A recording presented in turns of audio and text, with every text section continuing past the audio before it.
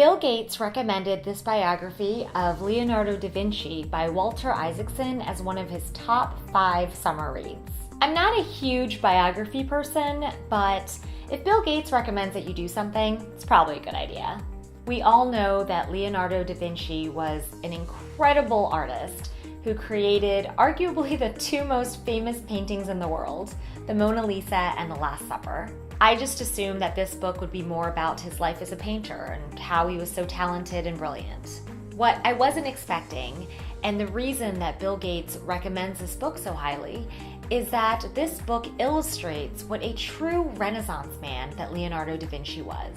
He was interested in pretty much everything under the sun, from anatomy to botany to geology, engineering, natural sciences, theater, weaponry.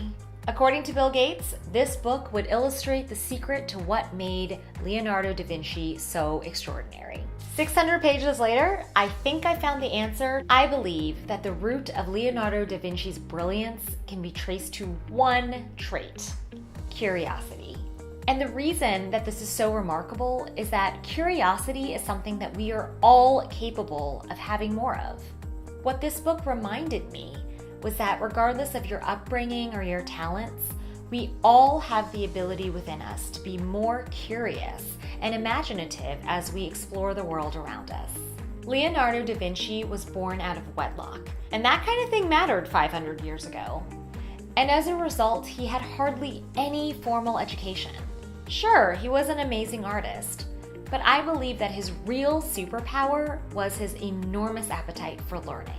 He was relentlessly curious, and he filled thousands and thousands of pages of notebooks with his drawings and his questions and his notes.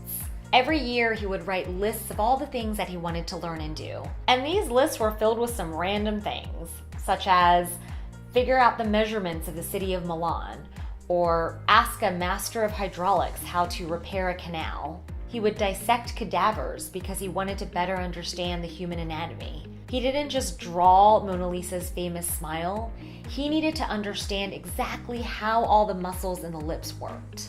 Let's face it, Leonardo da Vinci was unapologetically weird, and I think that is so admirable. He marched to the beat of his own drum, but he didn't care because he knew he lived in a world that was so amazing and filled with an endless number of things to learn about. He also showed us that you don't have to label yourself. We are the ones that identify Leonardo da Vinci primarily as an artist, but he didn't.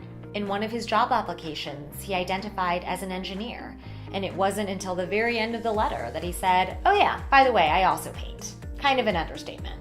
Leonardo da Vinci was brilliant because he merged science with art, and he didn't differentiate between his curiosities and his passions. So if you do not have time to read this very inspiring book, you can still be more like Leonardo da Vinci simply by being more curious. You don't have to paint or dissect cadavers. You can check out a documentary on Netflix, or try a new cuisine, or look up literally anything that you're interested about on Wikipedia or YouTube. But remember that we all have the capacity to be more curious. And there really is no reason to be bored in a world as fascinating as this one.